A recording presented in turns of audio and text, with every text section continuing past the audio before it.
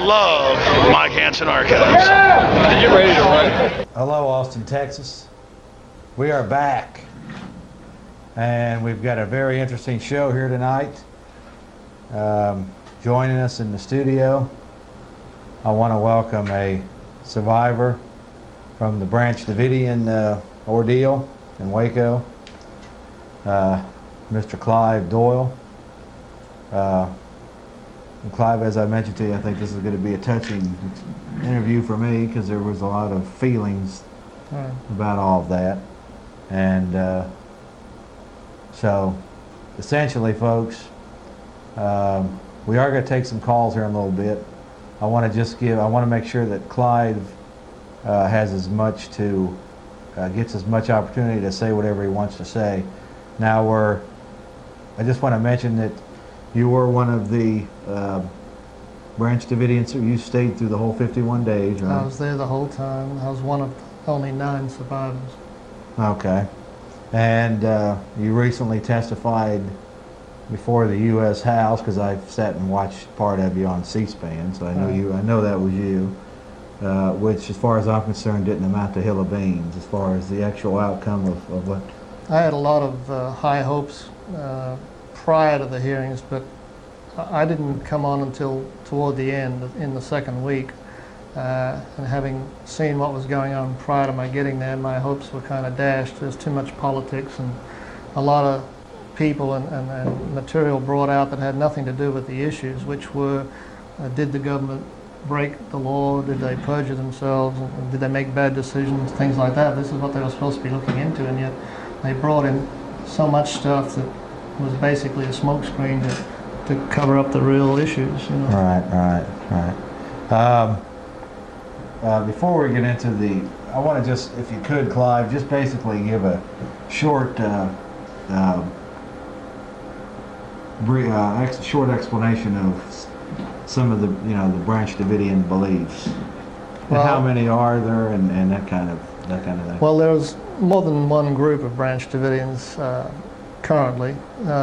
Those that studied under David basically were very Bible-oriented. We spent hours studying the Bible together, and we believe in observing the law of God as it's expressed in the Bible.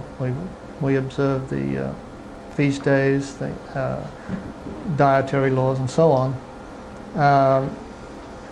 We believe that God's going to set up a kingdom in the last days, which will be the ultimate evangelistic show, you might say. God's going to make an all-out effort to save as many as possible, we believe, in this last generation. And the kingdom is all through the Bible prophesied that God will set up a kingdom in the Holy Land. So that's part of what we believe.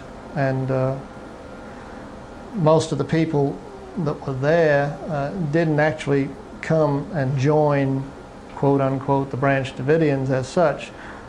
They were simply considered themselves as students of the Bible, or students of the 7 seals, as was being taught to them, at that time by David.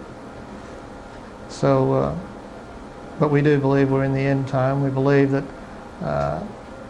the devil is basically pulling a lot of strings amongst the nations, and that you have a situation, some people call it a one-world government. We tend to call it Babylon the Great. There's different terms for it, but it's a basic concept that the devil is fighting tooth and nail to get people to join together, and ultimately the results will be that they'll come against God's people. We've seen that, we believe, in miniature. We went through an experience in miniature of what the whole world can expect to experience, which the Bible calls tribulation, or a time of trouble, and things like that, further down the road. But those of us that were studying under David, got an experience up close and firsthand.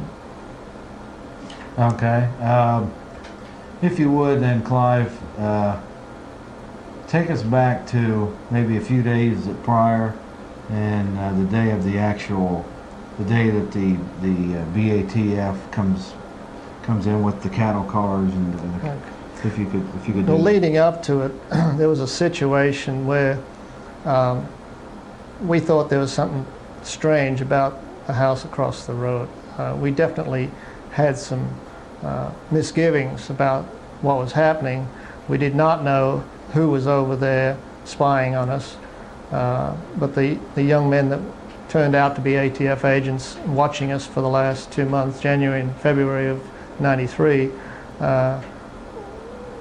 weren't very good undercover agents, if you ask me, because so many things they did just gave them away, you know. But one of them, Robert Rodriguez, had begun coming over and asking David for Bible studies. And he had got several Bible studies from David, kind of private, you know, just one-on-one. But on the 27th of February, he had come over and spent pretty much the whole day with us. That was the day that the Waco Tribune-Herald had printed an article called The Sinful Messiah. Right. A real sleaze type of article, you know, giving us a black eye, so to speak. And that came up in the course of some of the day's activities. People were saying, well, what do you think about it, and that kind of thing. But at the end of the 27th, that Saturday, Robert said he was leaving town, but he had asked David if he could come and stay with us for several weeks, live with us, and continue having these Bible studies more frequently. And David Let us just mention that for viewers that might not know this, Robert Rodriguez, he was undercover VAT. he was supposed to be an undercover agent. Okay. As I said, we were suspicious. I also saw him testify at the Right. hearings. Okay, go ahead. David's attitude, I might bring in just now, David's attitude was that regardless of who people were, what they professed to be, whether they were government agents, whether they were, you know, even our deadliest enemy, so to speak, they were souls to be saved, and he did everything he could to share with them both our food and our lodging and whatever. Everybody was given an opportunity, and so just because we were suspicious that Robert and his friends over the road were acting strange and doing things that gave us concern, David welcomed them anytime they came over and made every effort to encourage them to come, you know. So Robert told us at the end of the 27th that he was having to go out of town and wouldn't be back till Monday or Tuesday, but at that time he was going to move in with us. Unbeknown to me on the 28th, I didn't know that he even came over until after all this happened, but he showed up on the 28th, which was not what he said he was going to do. And in the course of giving him a Bible study, some of the people from Mount Carmel had gone out to get the second edition of this series that the Waco Tribune was running. One of those people was David Jones, which was a brother-in-law to David Koresh. He had gone down the road and apparently run into some media people who seemed to be lost. David Jones was the mailman that people hear about, you know, and he was driving his mail car. So when he stopped and asked him, you know, what was their problem, they said, well, they were looking for Mount Carmel. And so he casually asked them, well, you know, why they wanted to go out to Mount Carmel, or why they wanted to find the place, and they indicated that something big was going to happen, you know, the police or something was going out there and they wanted to be there. So of course he headed back and went into our place, and of course David was busy giving Robert Rodriguez a Bible study, so David went and told his father, his father, which was David Koresh's father-in-law, and Perry Jones eventually got the word to David.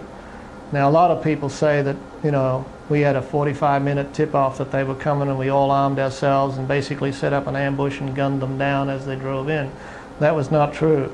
I'd say only a few people knew anything was happening to begin with. From my own personal experience, I was in my room at the northern end, which would be to way up the left-hand end of the building if you're looking at the front.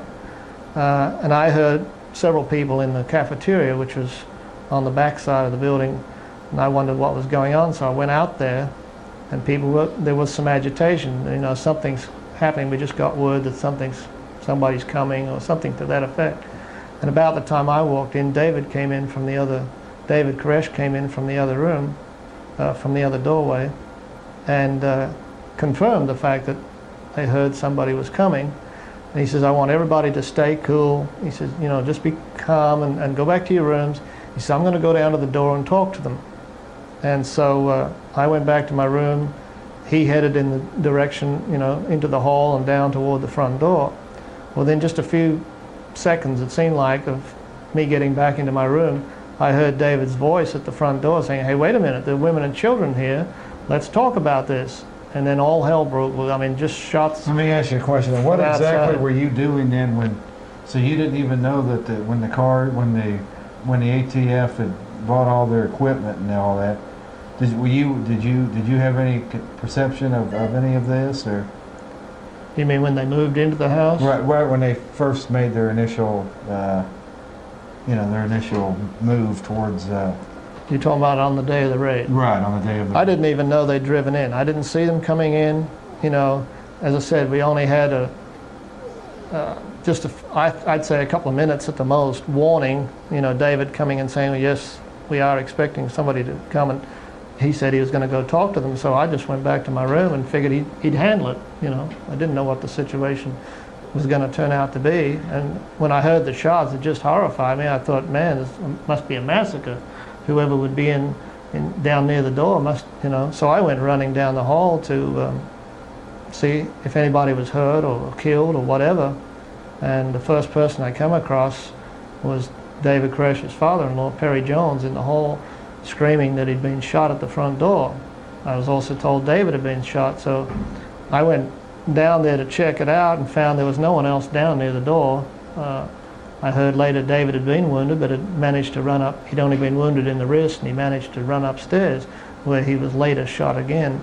But so I came back and helped Perry, picked him up and assisted him back to a bedroom up in the men's area, the men's dormitory. And about the time I was putting Perry onto a bed and trying to take care of him, someone came and told me that Winston Blake was dead. And I says, "Are you sure?" And they said, "Oh yes, he's been shot in the head." So I made my way up to his room, and as I got to the door, I could hear all this water running. I thought, what's that? As I rounded the corner of Winston Blake's room, which was the last room on the inside of the hallway at the north end, I could see all this water pouring through all these bullet holes that were coming down on an angle throughout. We had these huge, big plastic water tanks set outside the window, and they were just riddled with bullets coming down into the room from above, and there was no buildings out there higher than, at the back that could have shot in. It had to come from a plane or a helicopter. Of course, later on I found quite a number of people that said they saw either the helicopters firing or saw the bullets coming through the roofs and so on. To this day, the ATF swear up and down they never fired at all, but the evidence is overwhelming. So you're saying that there was helicopter fire from There were 3 helicopters that came out that day. Now, I wouldn't say that the helicopters, the planes were firing, but somebody on them was definitely firing because the place was full of holes. The children that have survived can testify to that. The lawyers that came in, David gave them a walking tour through the place and they saw the evidence. Jack Zimmerman, one of the 2 lawyers that came in during the siege, has testified over and over that his military training, he's had a lot of military experience. He said those were incoming bullets. They were not somebody shooting up through the roof, and there's a few survivors that can testify to it, including some of the children, that came out during the siege. So we definitely believe that they were shooting. Let me ask you, what were the, if you've seen the NBC movie on this, supposedly there was 80 armed men standing there with rifles at the window. That is not true. Most of the people didn't know what was going on. I think it's ridiculous. But I just wanted to The first time that I ran upstairs, after I put Perry down and checked on Winston, I made my way back to Wayne Martin's office, which was at the other end of the hall, down on the south end, just round the right from the front door. Wayne was in the process of calling 911, trying to get, the local police department or the sheriff's department to come out and help us, or to call it off, contact whoever was doing it. We still didn't know who they were, and so we were running back and forth between him and David with messages that the sheriff's department wanted to answered, trying to get some decisions. And when I got upstairs that first day, I mean, the whole hall was just full of women laying on top of the kids trying to protect them from the bullets. I mean, the bullets were coming up at angles through the floor, and beside the fact of what actually took place, making me upset, is the fact that they have continued, they being the ATF and later on the FBI, continued to lie about their participation in what they did. I mean, they try to make themselves so lily white by saying, well, they didn't panic, they acted professional, they didn't fire at any other than threatening targets, and yet the evidence was that the building was riddled, and all the windows that you see on the second floor in the front had women and children in them that day. And most, I'm not saying that some of the Branch Davidians didn't retaliate as a result of seeing David gunned down and Perry gunned down, and hearing about some of the others being killed. I don't blame them for trying to protect the women and children and retaliate. But there was no 40, 50, 60 people there all just waiting in an ambush. Yeah, if that was the case, just sounds ridiculous. If that was the case, then they probably would never have got off. There's nothing the firepower that was out there was overwhelming. There's nothing in a bunch of women and kids and. But anyway, let me just first off, I want to make it clear that there was some people have said that this is like a white man's thing, but the fact is there was all different types of races of people in there. That's correct. Different nationalities. We had black people from America, we had black people from England, which basically their roots was Nigeria and Jamaica and places like that. We had Filipinos, we had Chinese, Japanese, there was Australians and Canadians and people from all over. And one of the things that has always stuck in my mind is just how well all these people got along as a result of learning what they did from David. I mean, as a result of his teaching, they all had a greater interest in the Bible than in problems or, there was no fighting amongst people. My two roommates were both black. About almost 1/3 of all the people that died were black. There was no racism. Let me just touch a little bit upon David Koresh now. You obviously you knew him for a long time, and I was one of his first people to join him when he first started teaching in 1983.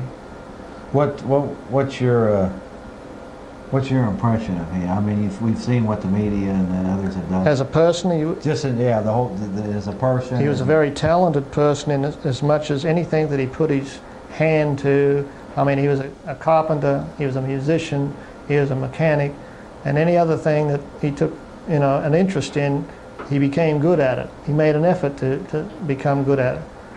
He was not a good student. When he first started talking, he was not all that good an orator or anything. It wasn't his charisma, or it wasn't his music, it wasn't anything about him that attracted us other than what he said, which we compared with the scriptures and with what we already believed, and we chose to believe. We were convinced that this was of God.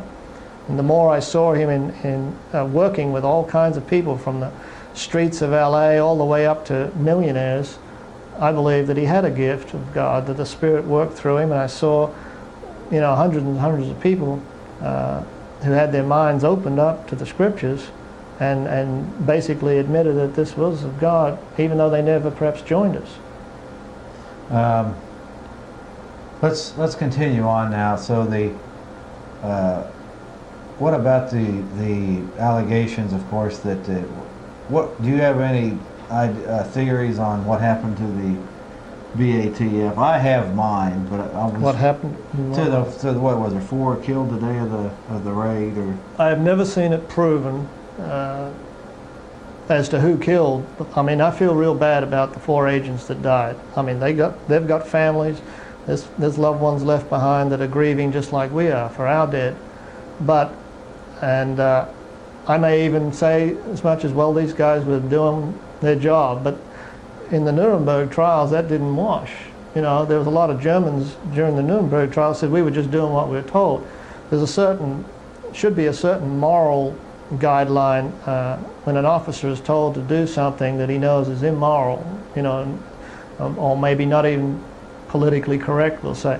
When you asked to go on a raid, when your code book, when your training is being countermanded by some officer telling you to do something that you were taught not to do when you were training to be a police officer, such as if the element of surprise is lost, you're to call off a raid. If there's innocent people there, like women and children especially, you're to call off the raid. Even if there is a crime going on or a potential suspect that you want to arrest, you call it off until there's a more convenient time to carry it out because of the jeopardy of hurting somebody that's innocent. Now these guys knew there were women and children in there. To come in like gangbusters and just shoot the place up, they're not knowing where those bullets are going. Even if they're firing at somebody shooting back at them, where's the bullet going after it goes through the window or through the wall, There's a certain buddy system amongst police officers. If an officer is threatened or if an officer is gunned down or shot at, it's almost a free-for-all, and that's what I think they did out there. They just... Let me ask you a tough question, Clive. Now, Okay. you lost your 18-year-old daughter in there, right? That's correct. Was this at the day of the... Was this at the day of the fire, or? The fire. She died in the fire.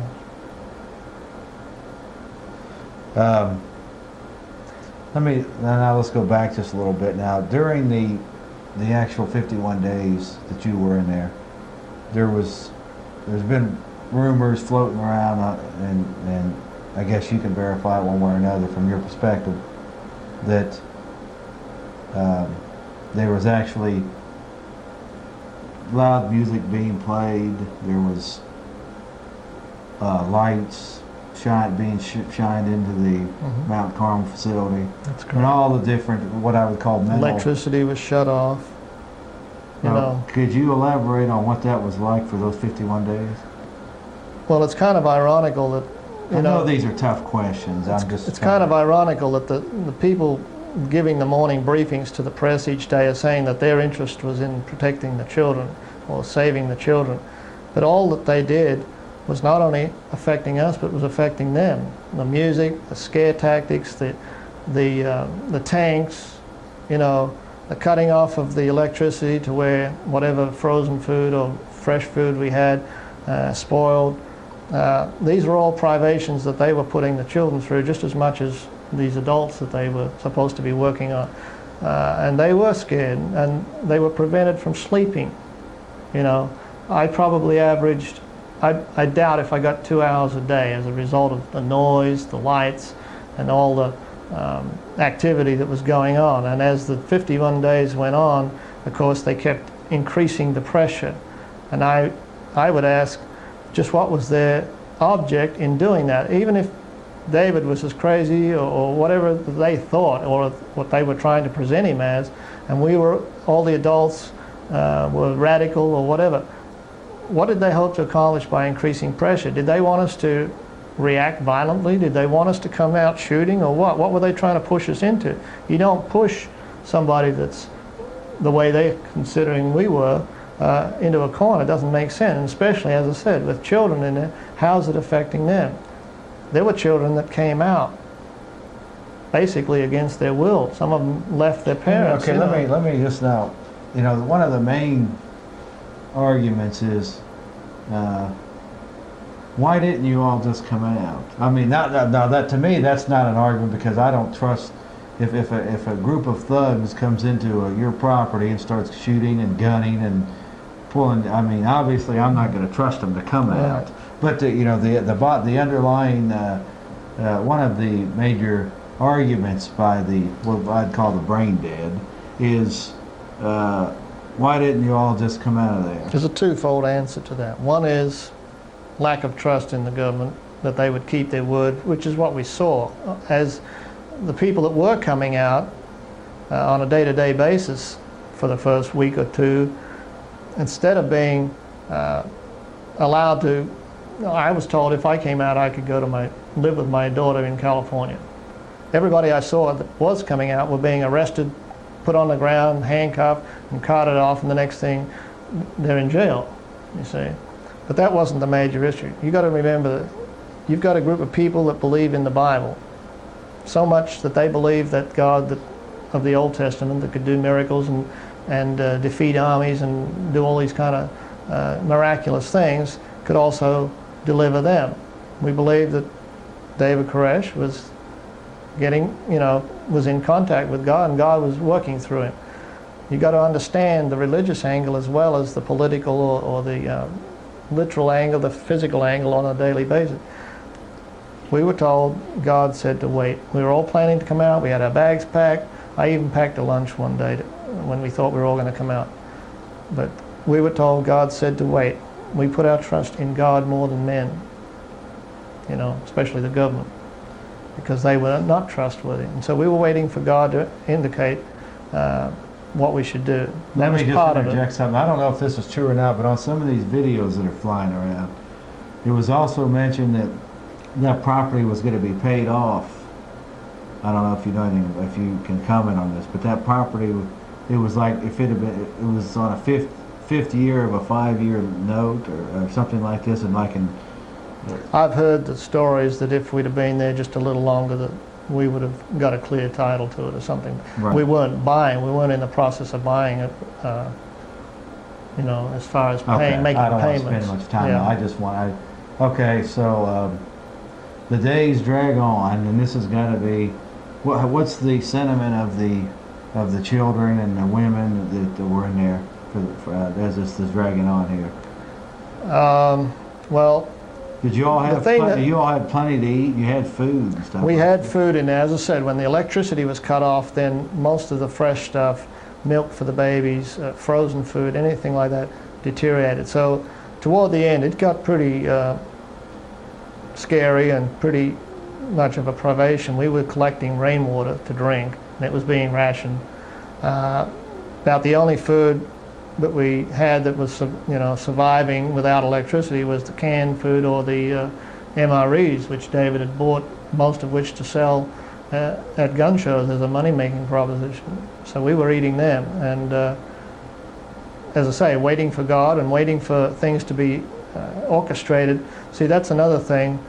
We were told out of one side of their mouth, we were told that they wanted us all to come out, but we were also told, those of us on the inside, that they didn't want us all just coming out all over the place. They wanted to, it had to all be orchestrated over the negotiating phone lines, which they'd set up, because they had snipers and stuff all, surrounding us, and they didn't want anybody accidentally getting shot, so they said, if we came out without setting it up. And so we were just kind of waiting out in. Personally, I figured, well, the women and children will go first, and the elderly, and since I was occupied in taking care of some of the janitorial type things that needed to be taken care of under that sort of situation, I figured I'd probably be one of the last ones. Not because I wanted to be, stubborn, or not because I wanted to be a hero or any of this kind of stuff, just simply that I figured my services were needed, and that eventually, we'd all come out. That's what we were working out with the lawyers. David finally told the lawyers, that God had spoken to him and that he was going to write out his memoir, not his memoirs, but his interpretation of the 7 seals of Revelation. And it was indicated to him that he could have all the time he liked. Go ahead and do it, and when you get through, then we'll all come out and this kind of thing. And sooner get started on it, and on the 19th of April, and the tanks are coming in, Okay, let's go then to the day 51. This is the 19th of April, right? Right. 1993. Of course, as you mentioned, you lost your daughter. You brought some of your other Branch Davidian survivors here. There's a lady here by the name of Ophelia Santoya who lost her daughter and 5 grandchildren. There's another lady that's not here tonight in the studio. She lives in Waco. She lost her husband, 3 children, 6 grandchildren, and her son-in-law. 10 members of her family. And that's a big chunk of people. Yeah. Let me add, now what exactly were you doing then when had they driven any tanks into the building before the final day? Not into the building. They had, if they saw you looking out of a window, they would turn the gun turret on the tank toward you in a threatening manner, like, you know, back off or we'll shoot. If you didn't back off, if you kind of just stood there and looked at them, you know, we weren't peaceful, no guns showing or anything, we weren't threatening them, we were just watching what they were doing. If you stood there and didn't back off, they would kind of back the tank up and then charge the building and stop, just short of hitting it. That was prior. For about a week or maybe 2 weeks before the last day, if anybody came out for just about any reason, including Steve Schneider, who was coming and going, picking up things from, you know, that they would bring in for us. They were lobbing these flashbang grenades at any individual that came out, you know, if they came out a door or out a window or whatever, for whatever reason. They would lob, and of course the people would go rushing back in. It scared the daylights out of Steve because they threw 2 of them at him right after he'd gone out to pick up something that was being sent in by the FBI themselves, you know. And so that's another thing that kind of made people leery. Well, just what'll they do if we come out? Will they, you know? And that was a concern of mine after the fire started. You know, Okay, yeah, well, we'll get ask to you that, about yeah. that. Yeah. Now, there's been some controversy as to whether the tank set the fire or not. As far as I'm concerned, that's not the issue. The issue is, what is this government, supposedly our public servants, doing, climbing into tanks, driving them into walls, into the structures, into buildings, with men, women, and children on the other side. That's the only issue. Everything else is and lying the whole time while they're doing it. They was over the loud. They had a loudspeaker system set up to where they could broadcast messages at us and loud noises and music and stuff to keep us awake. And they would use that to inform us at different times of what they wanted to say. And so on the day when the tanks did start to penetrate the walls and to put the gas in, they were saying, do not fire, this is not an assault, we are not entering the building. Over and over again they kept saying this. I'm like, that's a downright lie. This tank that I just last saw is halfway in the building. I mean, the last time the tank that came through the front door, you could see the boom that was sticking out the front actually in the chapel, and you had to go all the way through the foyer and down a little hallway to get to the chapel. You know, it's set back in the building at 25 feet or so, and the tank's right there spraying gas point blank at whoever's standing in the room. And they're saying, we are not entering the building. They said, we are not firing, but they ended up firing something like 300 ferret rounds, which is like having mortars shot at you, and they come through the windows and the walls like rockets, so fast that you couldn't see them until they hit something and start hissing, you know. And you go, what do they mean? They're not firing. What do they mean? They're not entering the building. I mean, who do you trust? You know, they're lying to the media and they're lying to the public constantly throughout these 51 days. Let me ask you a question. You mentioned, what do you, what's your perception of the media in all of this? I think that to some degree they were lazy in order to get a convenient story for their daily paper or whatever they were, you know, the TV. I think that they just took whatever was dished up to them. There were a few perhaps that asked awkward questions, but they tended to be kicked out of the briefing room, you know, and not allowed back in. Their credentials were pulled, or they weren't allowed to get anywhere close to where they could. So they took the easy way out and took what they were fed and any little tidbits they could, including downright manufactured stories, and built them into a daily report, you know. So that's... I think they could have done a better job. They should have demanded a better job, you know, if they wanted the truth. But you hear so many people say they want to get to the truth, and it never happens, you know, including the Congress and the Senate and so on.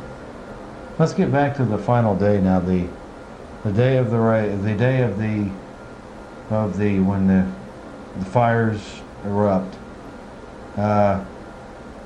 Where were you at? And what was your reaction? You obviously tried to get out of the building, right? Because you got burned, right? Is that correct? Well, by the time the fire started, throughout that morning, I had been in the chapel most of the time. I'd been sick all the day before, bedridden. You know, I'd been in bed all day on the Sunday, and because of being in bed, I guess I just didn't feel like laying there too much longer. So I got up about 4 o'clock that morning and was in the chapel when they began to penetrate with the booms and spray the gas. They just made little holes to begin with.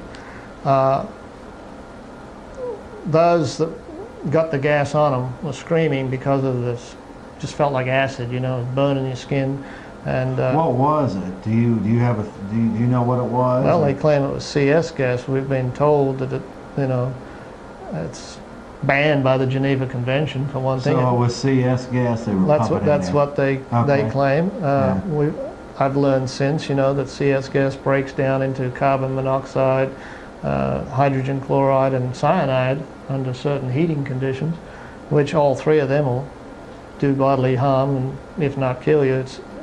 So to put that in with his children, knowing that they probably didn't have gas masks, is, almost unforgivable, you might say, although I just say God forgive them because they don't know what they're doing. And, they're out of control. They're under a power that they know not rules them. Right. But anyway, that increased over the course of the morning. They weren't content to just fire the ferret rounds or to inject the gas through the booms. As I said, they began actually pushing on the building and destroying whole sections of the building. They took out a room out of the first floor so that the second floor was kind of overhanging down on the southwest corner. They took out the northwest corner. The driver of the CEV was asked during our trial, why did you demolish that end of the building at the north end? He says, well, we heard there was a trap door into an underground tunnel or into a bus.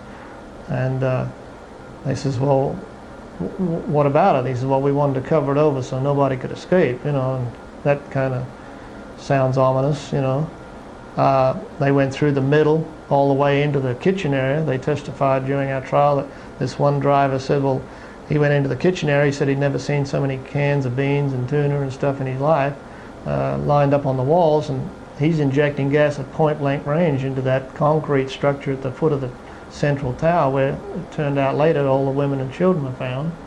So, these people didn't have gas masks that were in this area, and they're firing this in at point-blank range. There's no windows or doors to where there's a cross breeze to blow it away or anything, But anyway. Well, let me ask you then. So, what was the tanks are coming through the structure, through the building. They demolished the back end. And they were shooting into CS gas. Now, we'll just forget who.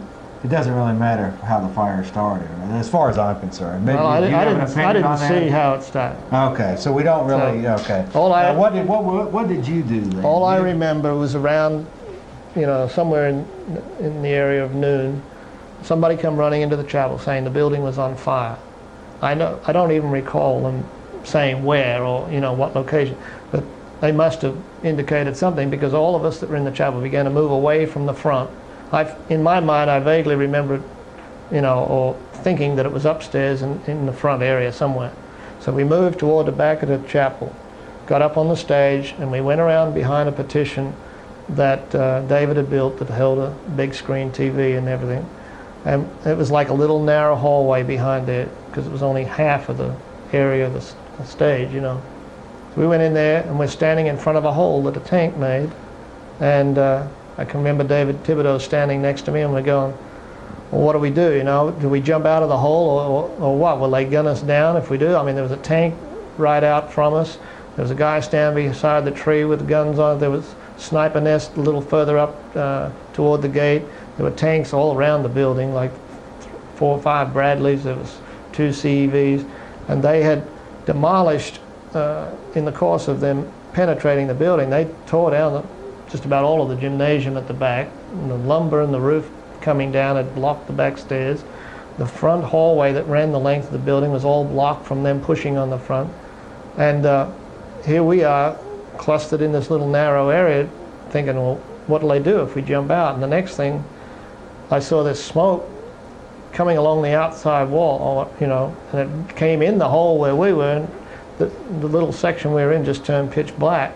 Couldn't see a thing, you could hardly breathe, and all of a sudden you could just feel heat all around. It was like it was over the top of you on the right and on the left, like you were surrounded. And I can remember ending up on the floor, rolling on the floor, trying to protect my hands because I didn't have any gloves on. The rest of my body was pretty well protected because I put a lot of clothes on as a result of the gas. Irritating the skin, I said, put some insulation sort of thing on. But my hands weren't covered, so I'm rolling around in the pitch black, can't see anything, can hardly breathe. I'm feeling this terrible heat and beginning to see every now and again, if the smoke would clear a little bit, you'd see the flames licking through the walls and so on. And I could, I guess it was the hearing of the people behind me screaming. I guess there was more fire around them than where I was. I mean, it was hotter and they were already burning, I guess, because they were screaming, and some of the voices I recognized very distinctively. I know who they are. And to hear their voices screaming just kind of, I guess, galvanized me into just jumping up, from laying on the floor. I just jumped up and lurched in the general direction of where I figured the hole was. You couldn't see anything, but I kind of did a head-first dive, and the tank that had made the hole had just pushed everything in, so there's a big heap of 2x4s and sheetrock and stuff piled up inside, on the inside of the hole. So I kind of just landed on that and just kind of slithered out onto the ground outside. And I can remember my jacket was just all smoking, and I looked back over my shoulder, and the hole that I just came out of was a mess of flames. And I thought to myself, my God, I'm the only one that's got out of there. Nobody's going to get out of there now, because, as I say, I didn't realize at the time. I hadn't seen anything. It was so pitch black in there you couldn't see anything.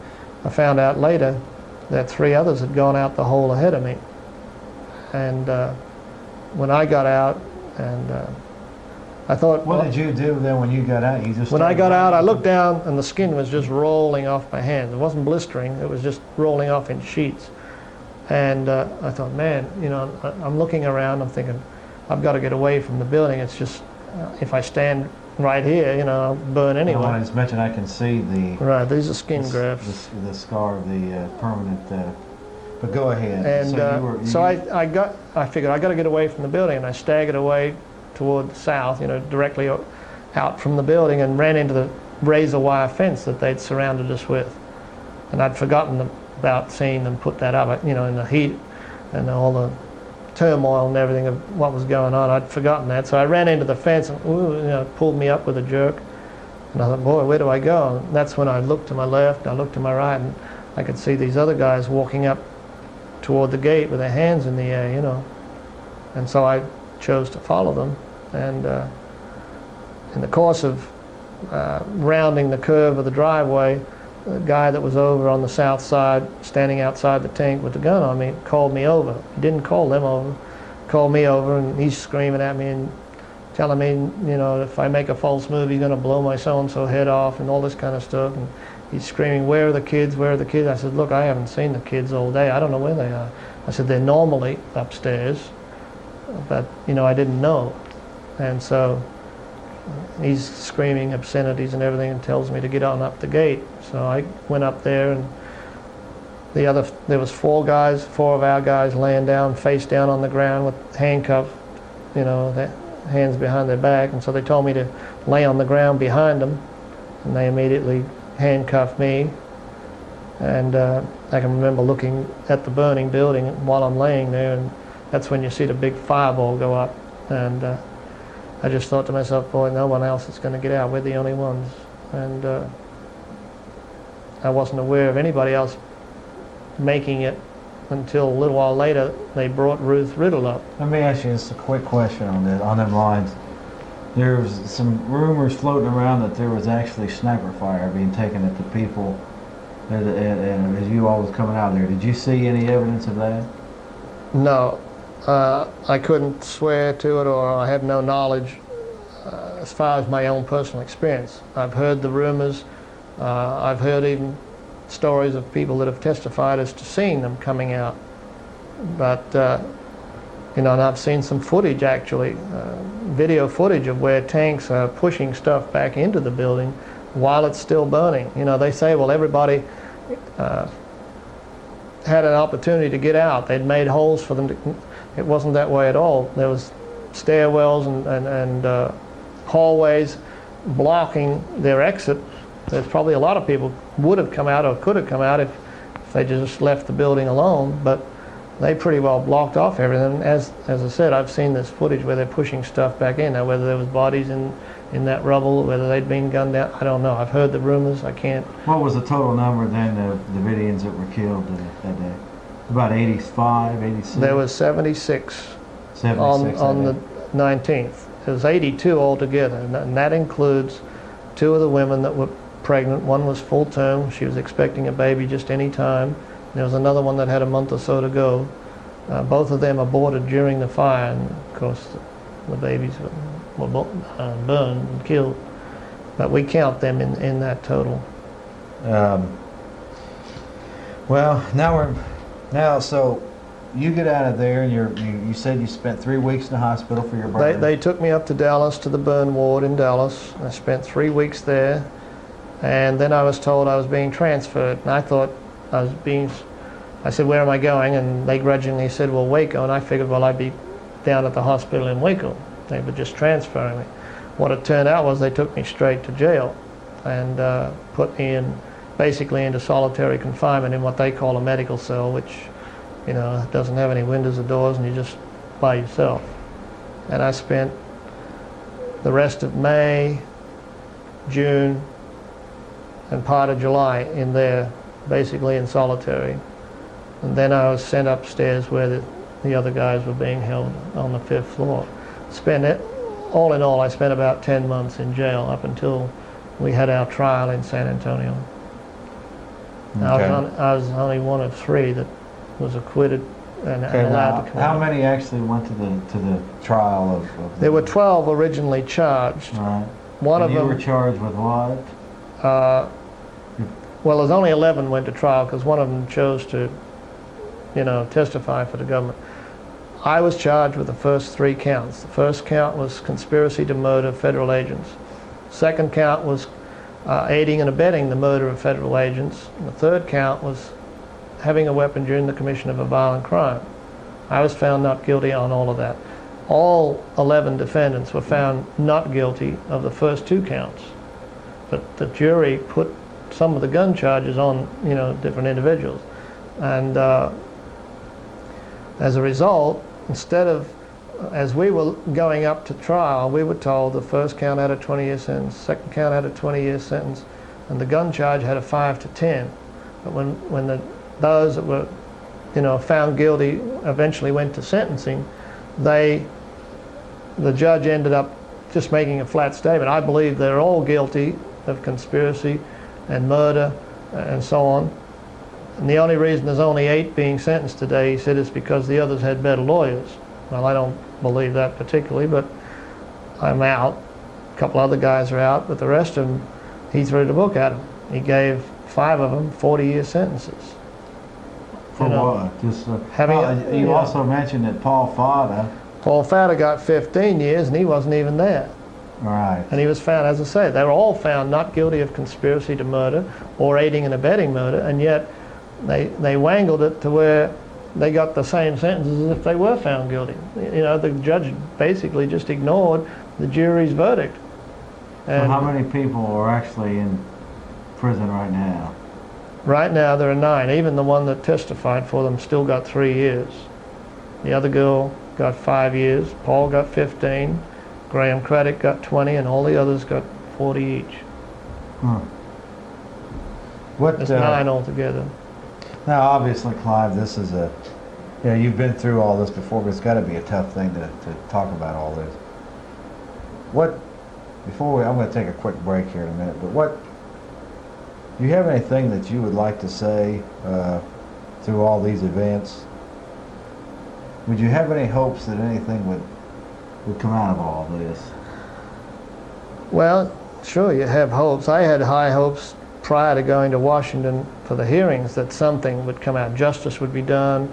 Those responsible for some of these atrocities would be dealt with, or whatever it would take to fix things, make it right, and to get to the bottom of everything so the American people would know the truth. But as I saw the hearings go on, as I went through the trial and saw what a farce that was, how one-sided it was, we weren't allowed to have any, we hardly had any witnesses. There was hardly any defense put on for our people at all. And the prosecution had all the money in the world to spend on 6 weeks of all these experts coming and testifying, and all these ATF agents and FBI agents, you know, getting up and basically perjuring themselves, and you see nothing done about it. You see the same thing in the hearings, House hearings in Washington. Now the Senate are going to have them, and it's hard to keep your hopes up that something good's going to come out of it. And you said you're not going to be at that one. Well, I would have if they'd have requested it, you know, if they wanted me to come up there, but but I saw you, doesn't like I look say, like it. I saw you on the C-SPAN with the House. But the fact is, there's still no indictments. There's still nothing done. It's a lot of politics. You wonder just whether it was spoken just me- done to try to keep send- the American people pacified or You're whatever. right, I think so. You know. And we're going to go ahead and put up the number now. This is now. You stated before the show that this is the only because you obviously. Well, when I got out of jail, I'd been in jail, as I say, for almost a year. And when I got out, I was hearing all these stories about people making donations and trying to help the survivors. And so I began asking the survivors, well, you know, have you received any of this? And every one of them was saying, we haven't heard anything about this donation or that donation or this group that's supposed to be collecting on our behalf. Well, there was a man in Waco that started a fund. He wasn't a Branch Davidian, he wasn't a survivor, he was just sympathetic. And he was a doctor that was operating in Waco, and he started up a fund called the Mount Carmel Survivors Fund. And after about 6 months, he basically handed it over to us and says, here, you run it. That way you will be in control of whatever money people send, and then you can distribute it to those that need it. You know, the widows, the orphans, the guys in jail or whatever, or prison, I should say. And so we've tried to do that. And this is the only. All these other legitimate- people that I know of that are collecting money, we don't see too much of it. We don't see any of it, basically. This is the only the Mount Carmel Survivors Memorial Fund. That's the correct address, right? P.O. Box That's correct. 120, Axtell, Texas 76624, and that's the only legitimate address. Well, it's the only one that we can really say we've seen what's sent in and use it for the people that it's for. The rest of the money, you know, there seems to be a lot of people making money off of this. Right, there might Either- even be some scams. Could be. In Yeah. fact, we were asked a while back by the local sheriff's department about certain situations that they were hearing about, and it sounded like they were interested in whether it was a scam or not. You know, we weren't able to tell them a whole lot because we didn't know. Let's put it up one more time, and then we're going to take about a 3-minute break, and we'll come back. Do you want to try to take some calls, Clive? It's fine with me. Okay, we'll be back in about 5 minutes, folks. Go ahead, kill that.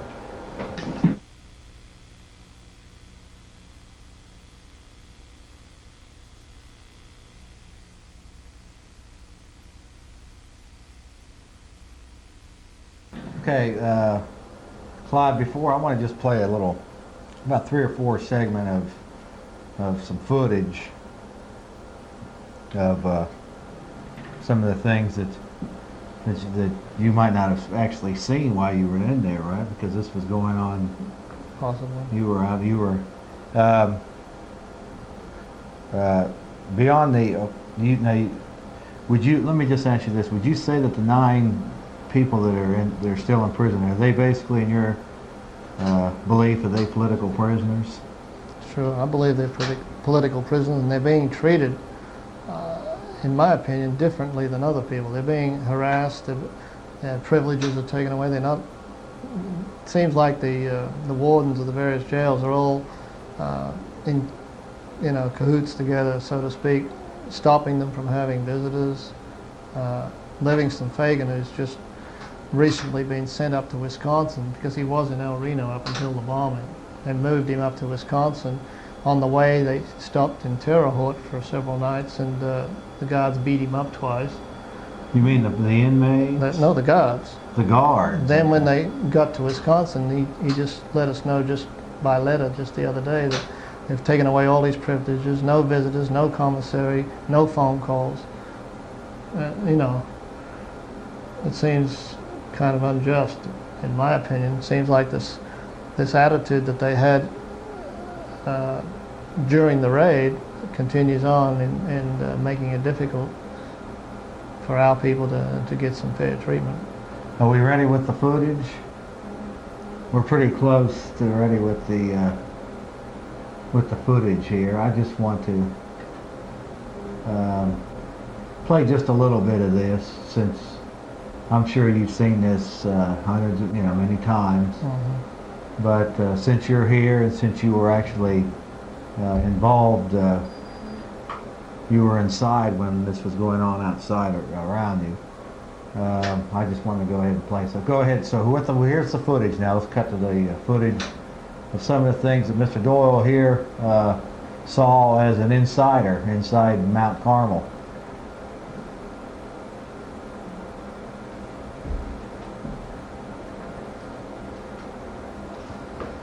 Seems so well it doesn't show.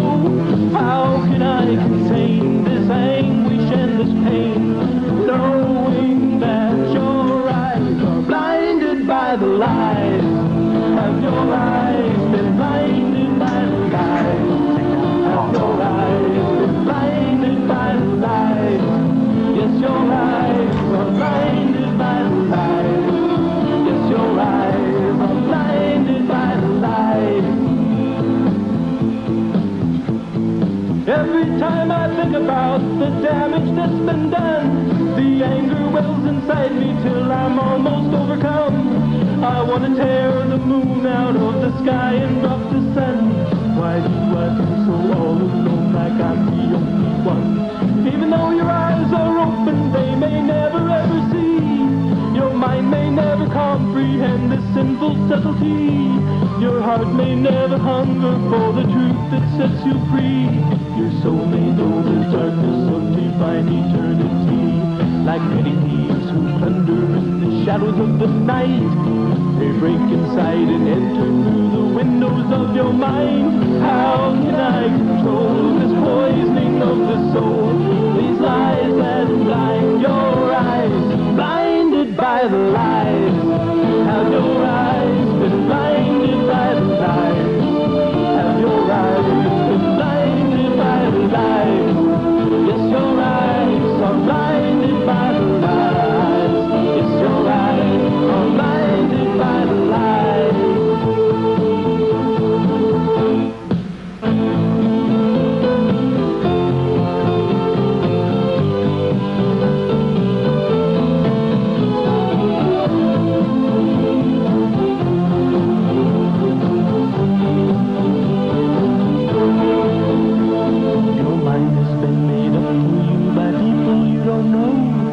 Thought machine controls the scene so well it doesn't show.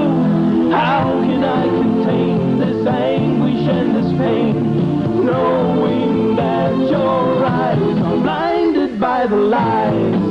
Have your eyes been blinded by the lies? Have your eyes been blinded by the lies? Yes, your eyes are blinded by the lies. Yes, your eyes are blinded by the lies. Have your eyes been blinded by the lies? Yes, your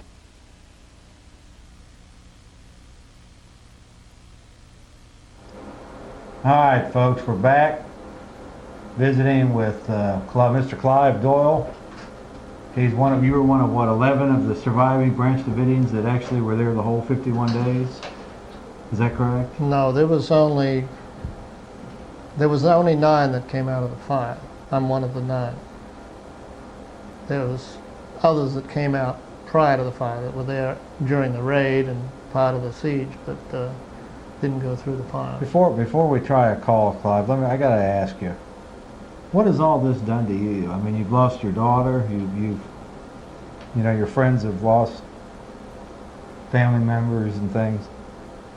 Will you ever be the same after all this? Well, my mother says I'm different, and I probably am in a lot of ways. I'm certainly not able to work the kind of jobs that I was used to because of my hands.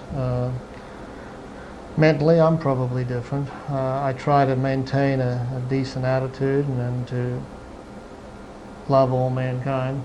That was what David would want. He stressed that over and over again, that individuals, no matter what they are souls to be saved. And so I try to be very, peace-loving. But there are things that bother me, the way that my friends that have survived are treated. That's ongoing. Government law enforcement officers or the wardens of the various prisons, they make it difficult for them to get visitors. Some of them have their privileges taken away, can't get phone calls or make phone calls. They can't have commissary. They can't have what other inmates get automatically. They're being denied. These images of what happened through all of this, they won't leave you, right? Oh no, that's one thing. When I first came out of the fire, and the guy called me over to the tree, one of his statements that he made in amongst all the obscenities was, "You're going to live with this the rest of your life." That one sentence was the truth. It'll never leave. I'll always remember it. I may not remember all the details, but the hurt's there, and enough of the memories are there to haunt you, And you feel it's kind of guilt trips that you go through from time to time, that how come you're out and the others didn't make it, and how come you're out of jail and the others are still in, and how come you didn't save your daughter, and all this kind of stuff. You go through all that. It's difficult. Well, let's try a call here. Now, hopefully we don't have any technical problems. Sometimes we do, so if we do, we'll just... You're on the air. Hello, Jeff. Pardon me? Jeff, is this... Yes, sir. Hello? It's an honor to be talking with Clive Doyle. Are you the only free Davidian? No, from those that went through the trial, only 3 were released. Out of 11, out of 12, only 3 were released. 9 are still in prison. There were other survivors that came out and were not indicted, were sent to halfway houses or kept in jail for a period of time and were later on released. So there are quite a number of survivors in that sense. Right. Well, I'm sorry for your loss. I had a couple of questions. Jeff did a good job. He asked most of the tough questions tonight. It's a tough interview. Yeah, but I think this is among your best shows. You have the best guests, certainly, that I've ever seen you have. And my heart goes out to you for all your losses, not just your daughter, but I mean, how long were you a Davidian there at the compound? I'm originally from Australia, and I moved from Australia to Texas and to Mount Carmel back in 1966. I'd lived there almost 30 years prior to this. I had left at times to work in California and other places, but that was basically my home. Well, who owned the property? Was it David's family's property, or was it, no, I've heard all sorts of rumors. It belongs to the church. Okay. Still? So finances weren't really a problem there? Well, does it still belong to the Technically it does. The trouble is there's those who are claiming the right to be out there on the grounds that they're church members, even though they never belong to David's group. There's all kinds of people squatting out there right now, and we would have to go to court to prove our clear title in order to have them removed. So we haven't pushed that at this point. Money at some time and the public will to rebuild that thing, but what was David's message, let's say 2 weeks or a month before he knew the feds were coming and kicked the door in and they tried to kill him and really never gave him a chance to surrender? But what was his message? If he was here to deliver it on television tonight, what would it be? Well, David released a tape, I think the second or third day of the siege, where he tries to get across to the public what his message was all about. David believed that God was using him to reveal the 7 seals, which technically, the way we believe it, is the book in the hand of the one on the throne is the Bible. And the same spirit that caused the prophets to write needs to open the book up for us to understand it. And David believed God was using him for that purpose. And so his message covered the whole Bible. It had to do with the end time and showing that the whole Bible dealt with the end time. It was really not written for those, for whatever era that the writers were writing in. It had applications made, but it was technically all sealed up till the time of the end. And so, did he believe the end was near? The end was... We believe we're in the time of the end now. Okay, so within our lifetime, certainly. Right. Okay. My final question for you, I'll let somebody else call. We've heard rumors that David believed he was Jesus. Is that David true? never taught that he was Jesus. He never He thought did he was believe that he was a son of God, a Messiah figure that was predicted to come in the last days, yes. He thought he was a prophet, but he never said he was Jesus. Never taught that he was Jesus. Okay, well, amen, brother, and I'm sorry for your losses. I'm going to get off and let the next caller Thank through. you. Thanks for your call. You're on the air. Hey, Jeff, how you doing? Good, you? Good. Mr. Doyle, do you agree that they could have picked up David Koresh off the compound at any time to avoid all this? That's correct. He went to town, he went shopping, he went jogging off the property, he rode go-karts off of the property. They could have Sure. picked him up at any time. In fact, he invited them out the year before to come inspect all these weapons if they wanted to, and they chose not to. Well, that's quite obvious then that I'm right again, like always. They didn't want to do it that way. Yeah, you know. see, they didn't want to do it. They would have rather done what they did. During And they'd do it our again. trial, If they had the chance, they'd do the same damn thing again. during our trial, the leader of the group that smashes his way into the window, he goes up the ladder on the right and they smash their way into the window. Right. He was asked what would have happened if David had have just come to the door and invited the guys that were coming to the front door, invited them in peaceably. And he said he would have gone ahead and did what he did because that was what they trained to do, that was the plan, and he had that's their no mentality. radio contact with the people at the front door. So they would have still smashed the window, thrown the grenades in, and gone in shooting, basically, regardless of whether he had peacefully let them in at the front door. And that's where our tax That's dollars ridiculous. go, to organizations like that.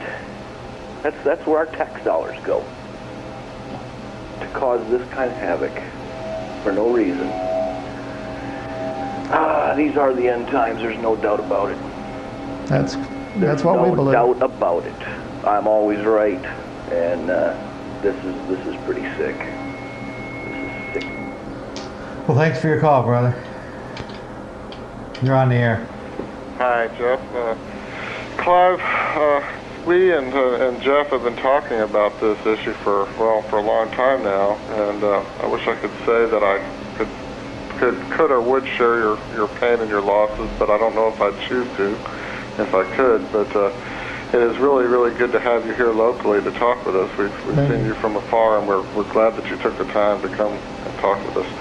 I had several issues. Well, I'm not so much of a foreigner anymore. I am an American citizen. No, I just meant that we've seen you in the national Right. media some and stuff, and we haven't seen you locally here. And I was down here at the South by Southwest Music Convention a while back and spoke. Well, we're glad you're not a stranger to us. I had several points I'd like to make. I'll try to be as brief and poignant as possible. Jeff, cut me off if you have to here, but there are several things that were not mentioned, I don't think, at the hearings or in the, I don't know if you caught the recent Frontline PDS WGBH thing, the inside story that was shown about 10 days ago here in town, but that was pretty much another farce and yet another attempt to really bury the truth. But anyway, the initial raw footage that Linda Thompson talks about having been shot of the initial dynamic entry by a media that we've only seen the edited versions of that, and apparently the raw footage is not to have been found, or I haven't seen it. That's one issue. Another issue is, of course, the front door, which the FBI apparently lost, which would have shown the direction of the gunfire. And another thing was the BATF dynamic entry tape shot from a zoom camera 100 yards away from the front door, which showed up blank. Another point was the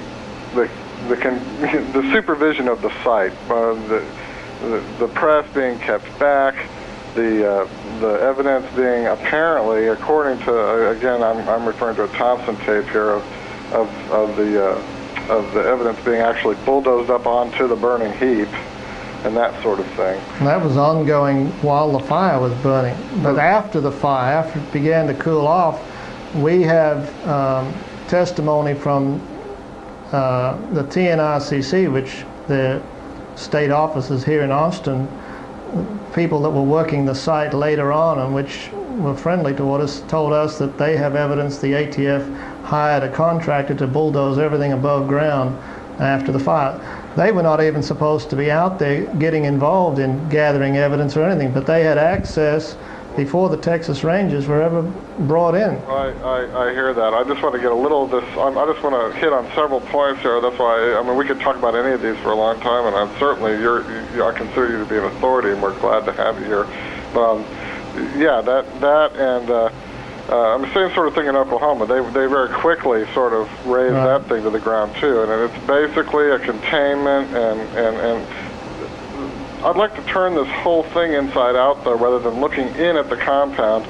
Let's look out at what the government was telling the American people by doing this, which is basically it's an intimidation, a stigmatization, and basically almost a Tiananmen type, situation, Tiananmen Square type situation to suppress any groups that would arm according to our constitutional rights. And again, none of this has to do with duck hunting. I just want you to know that before the assault weapons ban and before the Waco raids, I was a liberal Democrat and an environmentalist, and that was basically where I was coming from. And in every election, just so you know what has come out of this on our end, I'm now a militia member. I'm a member of the NRA. I voted straight ticket Republican in the last election, although I have reservations about certain environmental issues there, and I feel sorry that I've been pushed into that position. But this thing has been deceitful since the investigation into the Davidians began, since the governor of Texas was lied to, since the meth lab was invented. Right. Et cetera, and the Army was lied to. I mean, this is before the raid, and the American people have been lied to, and it's beyond lies. They've actually used it as a propaganda leverage to stigmatize, and so anyway, I just, it's important. The really sad thing for me is having been activated and motivated by your situation, your losses, and I want to thank those of you who did stand up and actually shoot back. Okay, I'm not saying it was right to kill people on either side, but I'm just saying, I think as far as what... There's indications that you all weren't even shooting. There was no shooting. Well, I'm not saying that none of the people inside shot back in self-defense or in the defense of the women and children, but I've never seen any proof or autopsy Thanks for your reports call, brother. I want to get some calls. that prove that we killed the ones that died. Right, there's some things going on around there. You're on the air. Yeah, Jeff, Clive. I have a question for Clive. At the hearings, didn't they portray a little girl named Carrie Jewell? Right. So she was living at the siege, living there during the siege, but and then also a Democrat member of the Congress said that she also survived the fire. And that wasn't true. Let me just make a quick plug. This is Mike Hanson. Is that correct, Mike? Is this Maybe. Mike? Maybe. Well, I think it is. Yeah, anyway, it is. Whether it is or it isn't, Mike Hanson. Yeah, I got a City question. Talk, I had that question for him though, because that's kind of Wednesday at 10 o'clock. Go ahead. Carrie Jewell was not living at Mount Carmel. In fact, I don't think she ever lived at Mount Carmel for any real length of time. She lived with her mother in California, and her mother happened to be a school teacher in California. The fact that they brought her into the hearings actually was like a smokescreen to cover up the real issues that was supposed to be being decided by the House subcommittee. As far as her story is concerned, I can't say one way or the other because I wasn't there at this location that she tends to refer to, but she told my daughter, my oldest daughter, when she was living in California, my daughter was visiting, she said nothing ever happened. Her father was supposed to have been on the Larry King show and said he's glad he got her away from that place before David ever touched her. But now they're telling a completely different story, and you wonder why, what the motive is. Why is he putting his daughter through all this and making a public spectacle of her? And what's the purpose? But I was told that she left at 10 years old in 1991. Is that not true? Pardon? I was told she left in 1991 at 10 years old. Who did? the little girl, Carrie Doyle? Her father got custody of her, I believe, in '92. I'm not sure of the exact month when she left. She went to visit him and never came back, and then he filed for custody.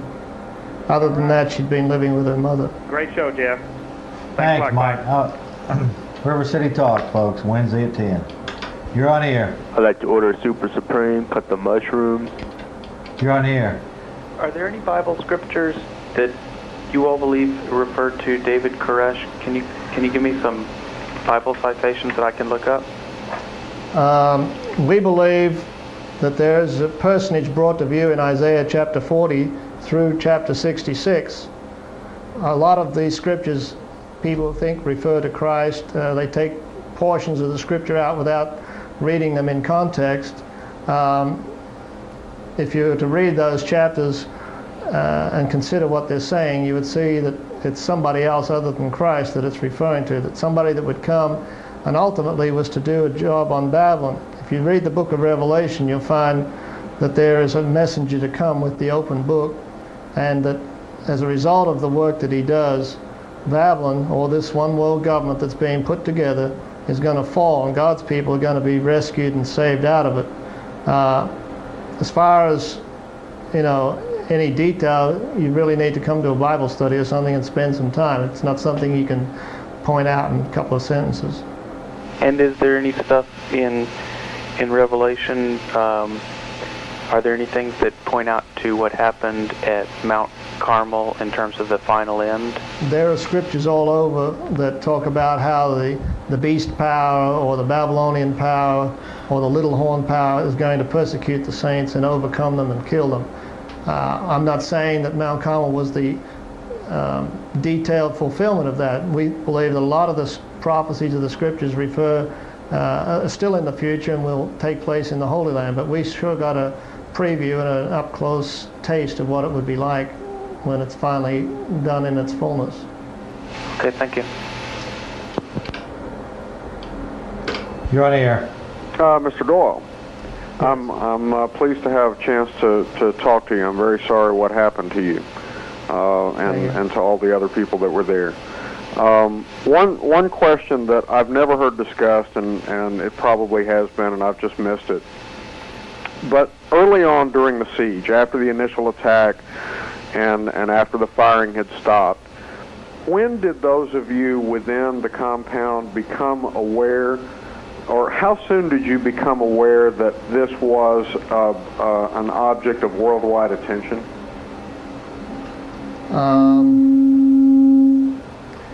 Probably, later that day we realized that we were being, that there was coverage being broadcast. We listened to the news each day, even after the electricity was cut off. Those of us that had batteries in our radios continued to listen to the news and to realize that it was pretty broad.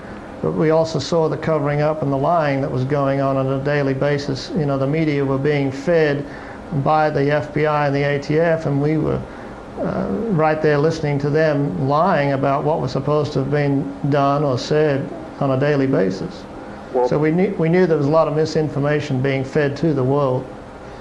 I know that we've seen, we had people from here in Austin that went out and videotaped where the press was pushed way back. Right. Could you see where the press was from the compound? In fact, if you've seen any footage at all, you'll see some footage that the press took from 2 or 10 miles away, whatever, with their telescopic lens showing us putting banners out saying we wanted the press to get involved. We wanted to be able to talk to them.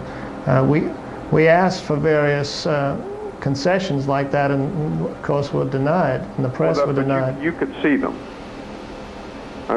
We couldn't see the press from where we were, no. You could not? No, we could see, there was a lot of trailers and tanks and stuff gathered about half a mile away from us, which I believe was one of the forward positions of the FBI, that were on the scene. But as far as I know, the press were pushed way back, out of sight from us, and the only ones that got any footage at all had huge towers built, and telescopic lens.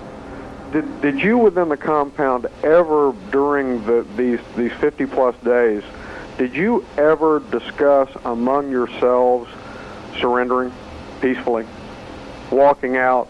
Sure we did. On I think it was the 2nd or 3rd of March, there was a plan where we were all going to come out.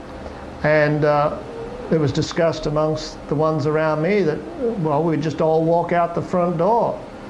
And I told some of them, I says, I'm not going to walk out the front door with you. I don't trust them. I said, I'll come out.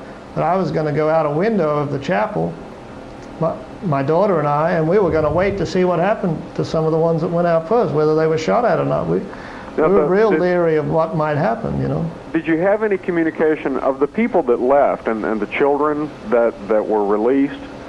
Did you have any communication with them after they had left? Not really. They did send, I think one time they sent a video in that they had taken of the children that were put in a foster home, and it just horrified the mothers that had conceded to let their children go out ahead of them, because these children who had normally been so well behaved and obedient and respectful were just jumping around this place like animals, jumping on the furniture with a Coke in one hand and ice cream in the other, so to speak. And a lot of the mothers weren't too happy with that video. Well, there's only one other area, and I do appreciate that because I hadn't heard that discussed, and that's interesting information to me. But the other area, you had a caller a little while ago that was asking about what David believed about his role and what he was supposed to do, and the fact that he was a prophet.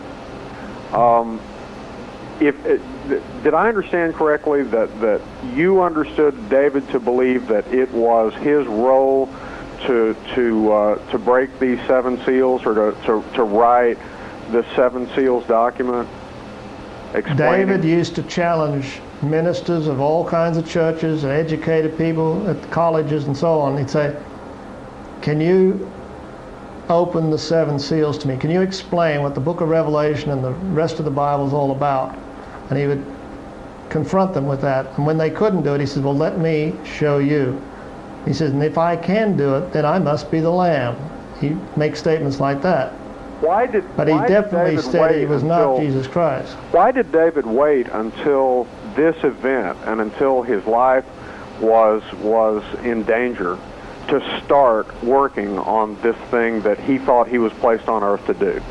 He didn't. He started in 1983. Go ahead, Clive, if you want to quickly answer. Or do you have a final closing comment here, or do you? We've got about a minute, and we've got about a minute to go here. I'm sorry I had to cut you off, caller, but did you have a final? First off, I appreciate you coming down from Waco and being on the Jeff Davis Show, Clive.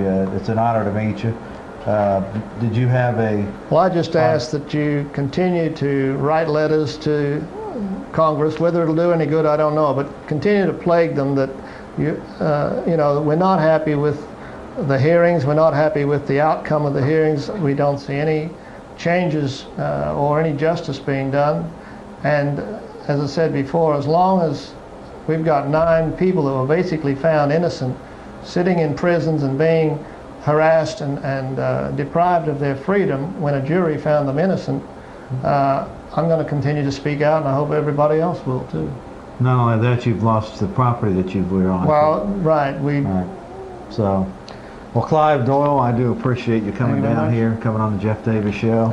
And that's it. I don't know what my schedule looks like for the next few weeks. Contracting's being changed around. Do appreciate the callers, and once again, Clive, Doyle, I appreciate you coming on the show. God bless you, awesome.